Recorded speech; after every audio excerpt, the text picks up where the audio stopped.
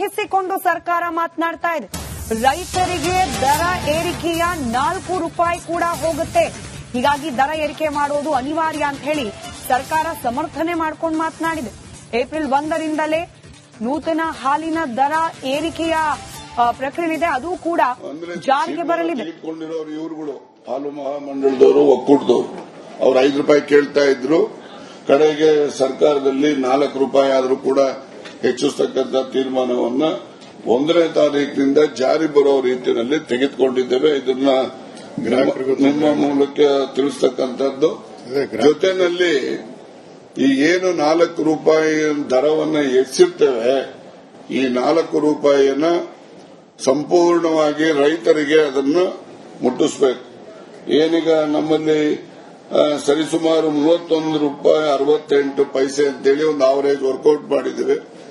ಮುಂದಕ್ಕೆ ರೈತರಿಗೆ ಇದ್ರ ಜೊತೆಗೆ 4 ರೂಪಾಯಿ ಸೇರುತ್ತೆ. ಈ ರೀತಿಯ ಒಂದು ತೀರ್ಮಾನ ಹಾಲು ಉತ್ಪಾದಕರಿಗೆ ಅನುಕೂಲ ಆಗಲಿ ಇರ್ತಕ್ಕಂಥದ್ದು ಇರಬಹುದು. ನಮಗೂ ಕೂಡ ಗ್ರಾಹಕರು ಏನಿದ್ದಾರೆ ಅವರು ಕೂಡ ಬಸ್ ದರ ಏರಿಸಿದ್ರು, ಮೆಟ್ರೋ ದರ ಏರಿಸಿದ್ರು, ಈಗ ಹಾಲಿನ ದರನ್ನು ಕೂಡ ಏರಿಸಿಬಿಟ್ಟಿದ್ದಾರೆ ಅಂತಕ್ಕಂಥ ಒಂದು ಟೀಕೆ ಟಿಪ್ಪಣಿಗಳು ಕೂಡ ಬರ್ತಕ್ಕಂಥದ್ದು ಸರ್ವೇ ಸಾಮಾನ್ಯ. ಆದಾಗ್ಯೂ ಕೂಡ ಇದರಲ್ಲಿ ಸರ್ಕಾರದ ಯಾವುದೇ ಹಣ ಸಂಪಾದನೆ ಮಾಡತಕ್ಕಂಥದ್ದಾಗ್ಲಿ ಅಥವಾ ಯಾವುದೇ ಒಂದು ರೀತಿಯಲ್ಲಿ ಸರ್ಕಾರದ ಯಾವುದೇ ರೀತಿಯ ಲಾಭ ನಷ್ಟದ ಯೋಚನೆ ಅಲ್ಲ. ಇದು ಹಾಲು ಉತ್ಪಾದಕರಿಗೆ ಕೊಡ್ತಕ್ಕಂಥ ಒಂದು ಸೌಲಭ್ಯ ಅಂತ ಹೇಳಿ ಈ ಸಂದರ್ಭದಲ್ಲಿ ನಾನು ತಮ್ಮ ಮೂಲಕ ಈ ಭಾಗದ ಅಂದ್ರೆ ಈ ನಮ್ಮ ರಾಜ್ಯದ ಹಾಲು ಉತ್ಪಾದಕರಿಗೆ ಈ ಸಂದೇಶವನ್ನ ಸರ್ಕಾರದ ವತಿಯಿಂದ ಕೊಡ್ತಕ್ಕಂಥ ಜೊತೆಯಲ್ಲಿ ಗ್ರಾಹಕರಿಗೂ ಕೂಡ ನಾವು ಸ್ವಲ್ಪ ಅನಾನುಕೂಲ ಆಗುತ್ತೆ ಅಂತಕ್ಕಂಥದ್ದನ್ನು ಒಪ್ತೇನೆ. 4 ರೂಪಾಯಿ 1,000 ಮಿಲಿಲೀಟರ್ ಹಾಲಿಗೆ ಹೆಚ್ಚಿಸ್ತಕ್ಕಂಥದ್ದು ಅಂತ ಹೇಳಿದ್ರೆ ಅವ್ರಿಗೂ ಕೂಡ ಸ್ವಲ್ಪ ಅಸಮಾಧಾನ, ತೊಂದರೆ ಆಗುತ್ತೆ ಅಂತಕ್ಕಂಥದ್ದು ನಿರ್ವಿವಾದ. ಆದರೂ ಕೂಡ ನಾವು ಏನು 4 ರೂಪಾಯಿಯನ್ನು ಹೆಚ್ಚಿಸಿರ್ತಕ್ಕಂಥ ಹಣ ಪೂರ್ಣವಾಗಿ ರೈತರಿಗೆ ಇದನ್ನ ನಾವು ತಲುಪಿಸತಕ್ಕಂಥ ಹಿನ್ನೆಲೆಯಲ್ಲಿ ಅವರೆಲ್ಲರೂ ಕೂಡ ಸಹಕಾರ ಕೊಡಬೇಕು ಗ್ರಾಹಕರು ಅಂತಕ್ಕಂಥ ಮನವಿಯನ್ನು ಕೂಡ ಈ ಸಂದರ್ಭದಲ್ಲಿ ಮಾಡಲಿಕ್ಕೆ ಬಯಸಿದ್ದಾರೆ. ಏಪ್ರಿಲ್ 1ರಿಂದ ಫೂಲ್ ಮಾಡ್ತಾ ಇಲ್ಲ. ಯಾರು ಜನರಿಗೆ ಫೂಲ್ ಮಾಡ್ತಾ ಇದ್ದಾರೆ ಹೇಳಿ? ರೈತರಿಗೆ ಏನಾಗ್ತದೆ? ಯಾಕೆ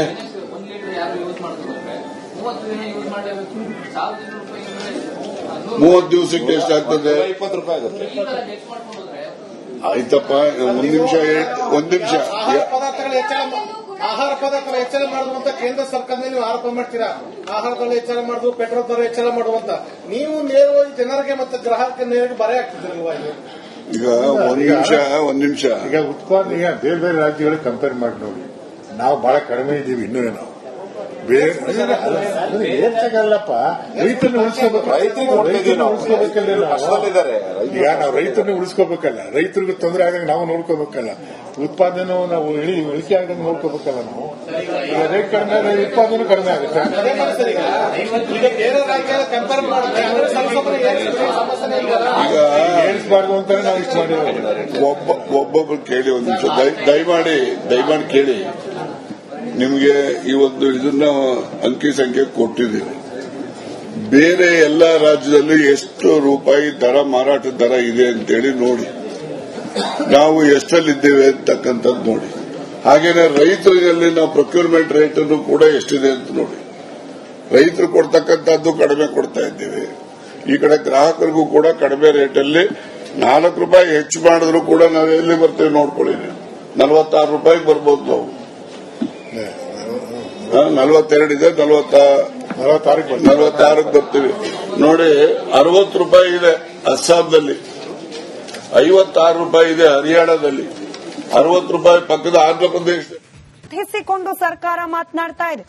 ರೈತರಿಗೆ ದರ ಏರಿಕೆಯ 4 ರೂಪಾಯಿ ಕೂಡ ಹೋಗುತ್ತೆ, ಹೀಗಾಗಿ ದರ ಏರಿಕೆ ಮಾಡೋದು ಅನಿವಾರ್ಯ ಅಂತ ಹೇಳಿ ಸರ್ಕಾರ ಸಮರ್ಥನೆ ಮಾಡ್ಕೊಂಡು ಮಾತನಾಡಿದೆ. ಏಪ್ರಿಲ್ 1ರಿಂದಲೇ ನೂತನ ಹಾಲಿನ ದರ ಏರಿಕೆಯ ಪ್ರಕರಣ ಇದೆ, ಅದು ಕೂಡ ಜಾರಿಗೆ ಬರಲಿದೆ.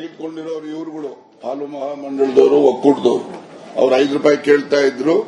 ಕಡೆಗೆ ಸರ್ಕಾರದಲ್ಲಿ 4 ರೂಪಾಯಿ ಆದರೂ ಕೂಡ ಹೆಚ್ಚಿಸತಕ್ಕಂಥ ತೀರ್ಮಾನವನ್ನ 1ನೇ ತಾರೀಕಿನಿಂದ ಜಾರಿ ಬರೋ ರೀತಿಯಲ್ಲಿ ತೆಗೆದುಕೊಂಡಿದ್ದೇವೆ. ಇದನ್ನ ನಿಮ್ಮ ಮೂಲಕ ತಿಳಿಸ್ತಕ್ಕಂಥದ್ದು.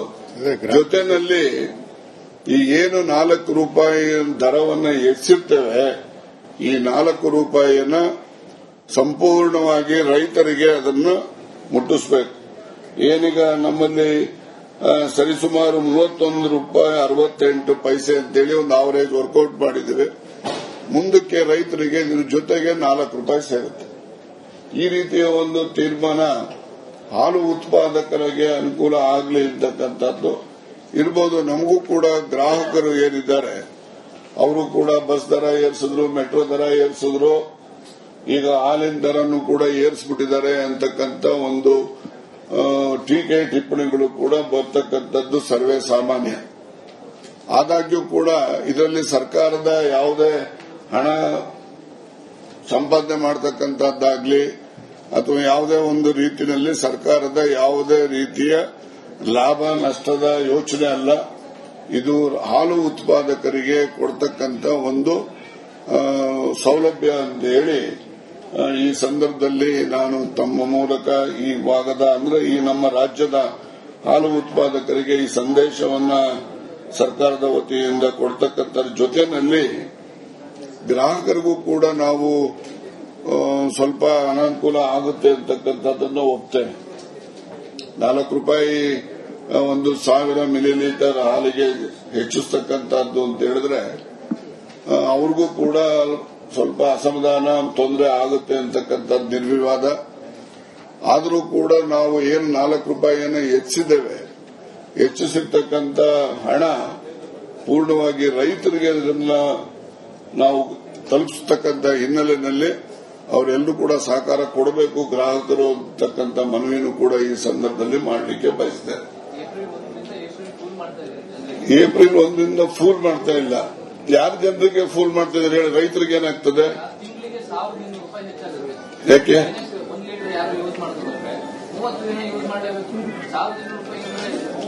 30 ದಿವಸಕ್ಕೆ ಎಷ್ಟಾಗ್ತದೆ? 20 ರೂಪಾಯಿ ಆಗುತ್ತೆ. ಆಯ್ತಪ್ಪ, ಒಂದ್ ನಿಮಿಷ. ಆಹಾರ ಪದಾರ್ಥಗಳ ಹೆಚ್ಚಳ ಮಾಡುವಂತ ಕೇಂದ್ರ ಸರ್ಕಾರದಿಂದ ನೀವು ಆರೋಪ ಮಾಡ್ತೀರಾ. ಆಹಾರ ದರ ಹೆಚ್ಚಳ ಮಾಡುದು, ಪೆಟ್ರೋಲ್ ದರ ಹೆಚ್ಚಳ ಮಾಡುವಂತ ನೀವು ನೇರವಾಗಿ ಜನರಿಗೆ ಮತ್ತು ಗ್ರಾಹಕರಿಗೆ ನೇರವಾಗಿ ಬರೆ ಹಾಕ್ತಿದ್ರಲ್ವಾ? ಈಗ ಒಂದ್ ನಿಮಿಷ. ಈಗ ಉತ್ಪಾದನೆ ಈಗ ಬೇರೆ ಬೇರೆ ರಾಜ್ಯಗಳಿಗೆ ಕಂಪೇರ್ ಮಾಡಿ ನೋಡಿ, ನಾವು ಬಹಳ ಕಡಿಮೆ ಇದ್ದೀವಿ ಇನ್ನೂ. ನಾವು ಬೇರೆ ಏನ್ಸಗಲ್ಲಪ್ಪ, ರೈತರನ್ನ ಉಳಿಸ್ಕೋಬೇಕು. ಈಗ ನಾವು ರೈತರನ್ನ ಉಳಿಸ್ಕೋಬೇಕಲ್ಲ, ರೈತರಿಗೆ ತೊಂದರೆ ಆದಂಗೆ ನಾವು ನೋಡ್ಕೋಬೇಕಲ್ಲ, ಉತ್ಪಾದನೆ ನಾವು ಇಳಿಕೆ ಆದಂಗೆ ನೋಡ್ಕೋಬೇಕಲ್ಲ. ನಾವು ಈಗ ರೇಟ್ ಕಡಿಮೆ ಆದ್ರೆ ಉತ್ಪಾದನೆ ಕಡಿಮೆ ಆಗುತ್ತೆ.